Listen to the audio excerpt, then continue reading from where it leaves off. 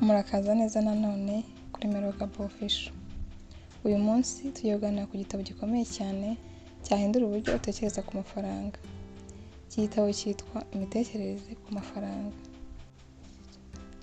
Iki si igitabo kivuga gusa uburyo bwo kubona amafaranga, ahubwo kivuga uburyo abantu batekereza ku mafaranga, uburyo bayakoresha, uburyo bayatakaza, n'impamvu abantu bamwe bashobora kubona amafaranga menshi ariko bakongera bakisanga mu bibazo by'amafaranga.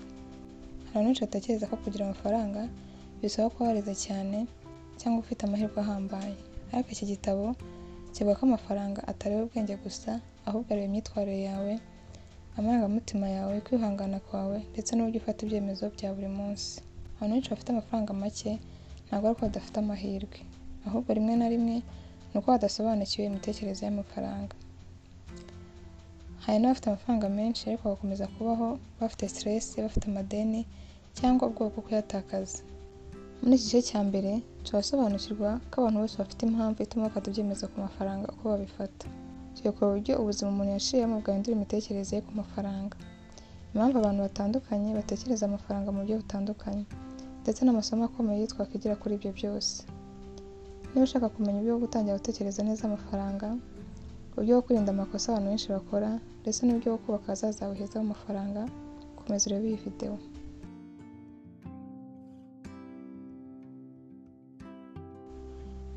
Chapitre ya mbere itangira ivuga ku kintu gikomeye cyane. Umwanditsi avuga ko iyo ugeze ku mafaranga nta muntu uyakoresha nk'undi.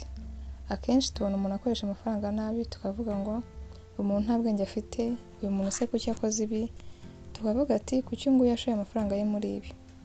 Ariko umwanditsi avuga ko buri muntu afata ibyemezo by'amafaranga ashingiye ku buzima yanyuzemo. Urugero, umuntu wakuriye mu bukene ashobora gukunda gukoresha amafaranga yose abonye ako kanya kubera ko azi ubuzima bwo kuyabura. Kuri we amafaranga nayo akoresha uwo munsi gusa kuko ejo atahazi. Ariko umuntu wakuriye mu muryango ufite amafaranga ashobora gukunda kwizigama no gushora imari kuko azi ko amafaranga ashobora kubyara andi. Ibi bivuze ko ubuzima umuntu yanyuzemo bwubaka uburyo atekereza ku mafaranga. Umwanditsi avuga ko abantu benshi bafata ibyemezo ku mafaranga bashingiye ku byo bagenda babona mu buzima. Niba umuntu yarabonye ababyeyi be barabuze akazi, ashobora gukura afite ubwoba bwo gukoresha amafaranga. Niba undi muntu yarabonye abantu bakize babaho neza cyane, ashobora gukora ashaka ubuzima bwiza ndetse no kwerekana ubukire. Ikibazo ni uko buri muntu atekereza ko uburyo yabonye isi aribwo bwa nyabwo. Ariko kuri ni uko buri muntu aba afite inkuru ye. Niyo mpamvu utagomba guca urubanza ku buryo umuntu akoresha amafaranga ye utazi ibyo yanyuzemo. Hari abantu benshi bashora amafaranga yabo yose muri business. Hari abandi bayabika kuri banki gusa. Hari n'abandi bemera gufata risk bagatangira ikintu runaka. Hari n'abandi babitinya. Ibyo byo biterwa n'ubuzima banyuzemo butandukanye.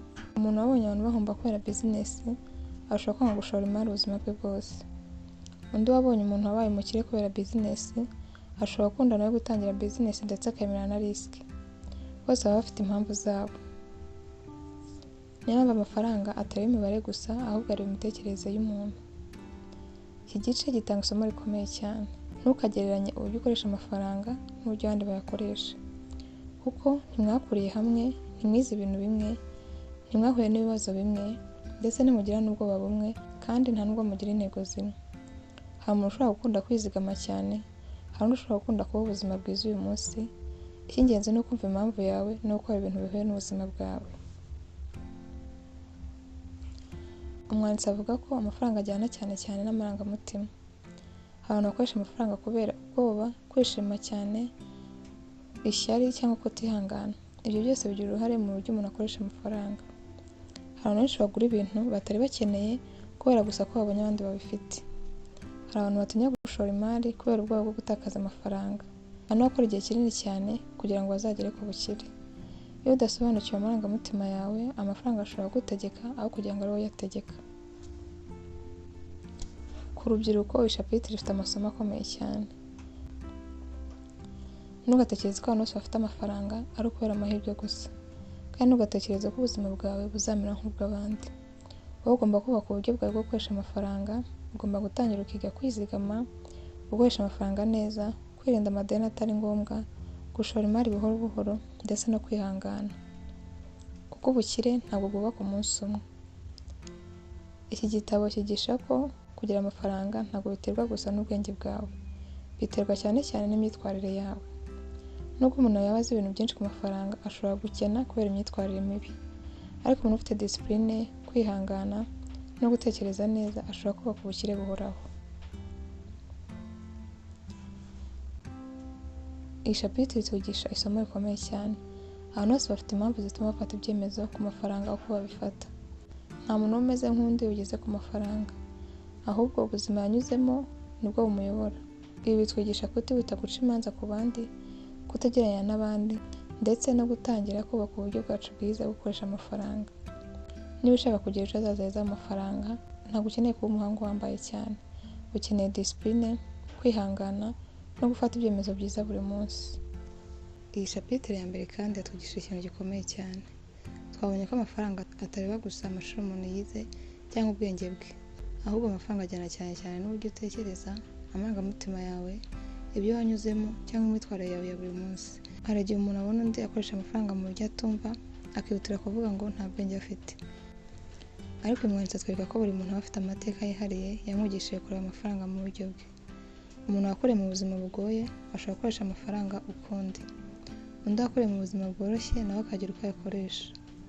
Ibi bitwigisha kutihutira guca urubanza ku bandi, ahubwo tugatangira kwisuzuma ubwacu. Ese twe dufata gute amafaranga? Ese imyanzuro yacu y'amafaranga ishingiye ku bwenge cyangwa ku marangamutima? Ese dukoresha amafaranga kugira ngo twubake ahazaza heza? Ikindi kintu gikomeye twize muri iyi chapitre ni uko gutera imbere mu by'amafaranga bitava gusa kuba umuhanga cyane. Abantu benshi bafite ubwenge bwinshi ariko bakaba bafite ibibazo by'amadeni n'ibibazo by'amafaranga. Hari n'abandi binjiza amafaranga make ariko bakagira iterambere n'amahoro kubera discipline, kwihangana no gufata imyanzuro myiza.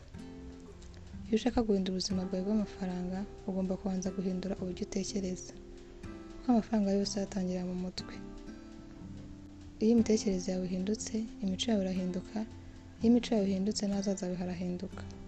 Ikindi kintu ugomba gusigarana, ntukemere ko amafaranga akuyobora, bari wowe uyayobora. Tangira wige kwihangana, wige discipline, wige kwizigama, ndetse wige no gufata imyanzuro myiza kandi wayitekerejeho. Kuko ubukire nyabwo ntabwo bwubakwa umunsi umwe, bwubakwa n'ibyemezo bito ufata buri munsi. Niba wakunze aya masomo, ntiwibagirwe gukora subscribe, like ndetse no kuyisangiza n'abandi. Murakoze cyane.